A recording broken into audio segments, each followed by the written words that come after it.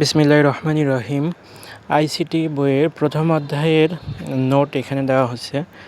নোটটি হাতে লেখা নোট দেখতে পাচ্ছেন। এখানে প্রথম পেজে সূচিপত্র দেওয়া হয়েছে।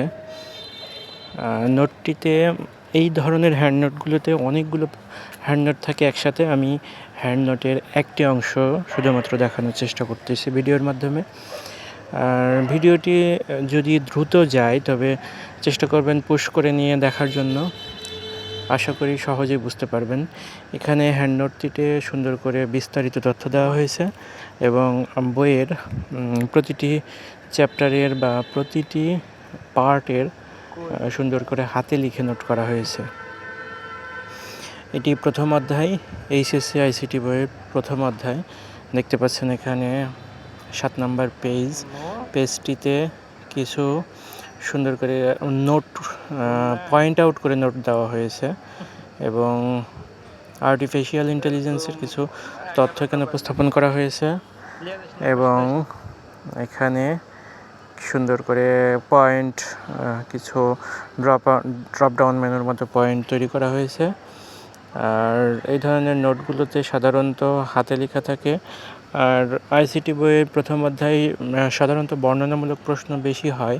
আর এটিতে কোনো অঙ্ক বা অন্যান্য কোনো কিছু তেমন নেই।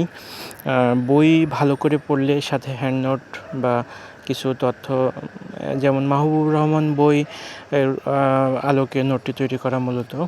আর মাহবুবুর রহমান বইটিতে মোটামুটি অনেকগুলো তথ্য সুন্দর করে গোছানো দেওয়া আছে। আমার মনে হয় বইটি পড়ার পরে নোটটিতে একটু চোখ বুলিয়ে নিলে অন্যান্য তেমন কিছু না দেখলেও চলে। আর পরীক্ষার সময় কিছু সাজেশন ফলো করলেই পুরোপুরি ভালো একটি সাজেশন তৈরি হয়ে যায় বা প্রস্তুতি তৈরি হয়ে যায়।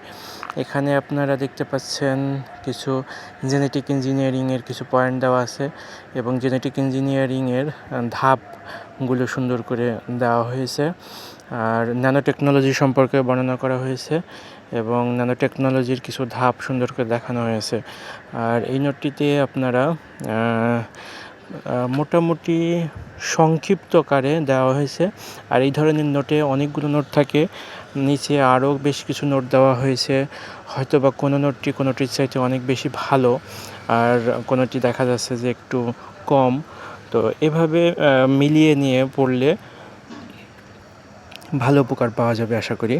আর এখানে মোট প্রায় 14টি বা 15টি মতো পেজ দেওয়া আছে। পেজের প্রত্যেকটিতেই হাতে লেখা নোট এবং এই নোটটি দেখে পরবর্তীতে বই পড়তে পারেন।